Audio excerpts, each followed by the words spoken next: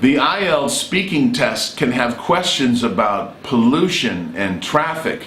These are asked because they allow you to express an opinion to show how aware you are of these problems. And traffic and pollution are a problem for all countries. So the over 100 countries or people take the IELTS, it's a question that people would have thought about in their native language and should be able to talk about in English. So I want to give you specific words and the ideas behind talking about them so you'll be ready for these kind of common questions on the IELTS speaking test.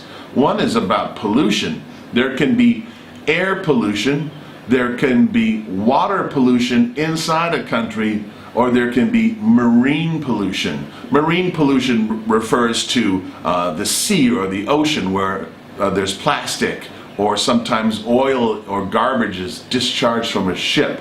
So those are the general thoughts and categories about that. About air pollution, you can say it's caused by the combination of factories creating smoke or pollutants that are discharged or gone into the atmosphere, or it can be from cars. The cars that burn gasoline or petrol, they cause this kind of pollution. When there's moisture in the air, and that combines with this dirt or soot or pollution, it's called smog. It's a combination of smoke from the factory or the car burning petroleum or gasoline, and fog. And fog is when there's lots of particles of water in the air. So smog is a great word. Or it's been smoggy in my city. It gets smoggy in my city at some times of year. Another great phrase is climate change. Climate change, it means the temperature of the earth. So the scientists have been measuring how hot it is on average around the world, and the scientific agreement is that it's getting hotter.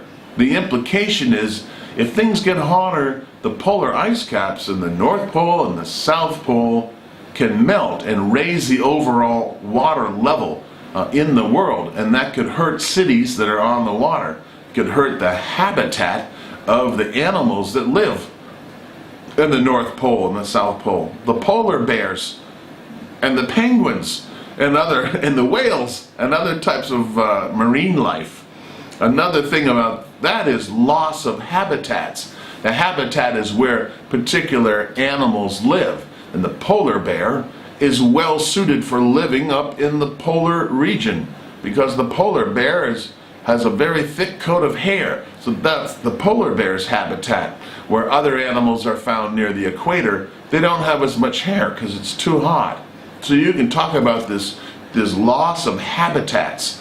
Also, the changes in pollution and the changes in temperature in the earth can lead to a loss of biodiversity. And biodiversity means that many different species of insects and birds and other animals, all which are part of a system in the ecology of the world. If we lose those and they don't come back, it upsets the balance of the earth. It's true. Deforestation can happen when too many trees are cut down to make paper or to use the wood for constructing buildings or houses.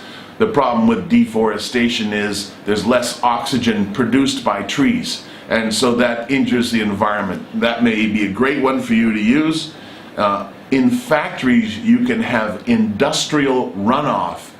Industry refers to factories or where things are made, and runoff means when a byproduct of the manufacturing process, some kind of chemicals, runs off or leaves the factory and goes into a water source nearby, like a river, and pollutes it so we can't drink from the river or the fish die. Or industrial runoff can mean those pollutants get into the water table under the earth from which we get our drinking water. So that's a great one to use. Overpopulation is another important concept that you can talk about. Overpopulation means when there's too many people for the world to sustain, given there's a certain number of certain area where crops can be grown easily and other places they can't, and there's a certain amount of water. If there's triple or quadruple the population, there's not enough for everybody. And so this concept of overpopulation could be one that you can discuss. All of these are sophisticated ideas and words, but if you can use those in the sentence, in the questions, about traffic and pollution and how has the world changed, you get a very high IELTS speaking test score, because it'll show sophisticated reasoning and thinking and awareness of these particular words and concepts. Please follow these videos. You can learn a lot. And also I've written a book all about the IELTS speaking test with tips and techniques on how to raise your score, what to say and what not to say, and how to say it. You can see a link to the book below in the description. Study hard, be prepared, and tell a great story.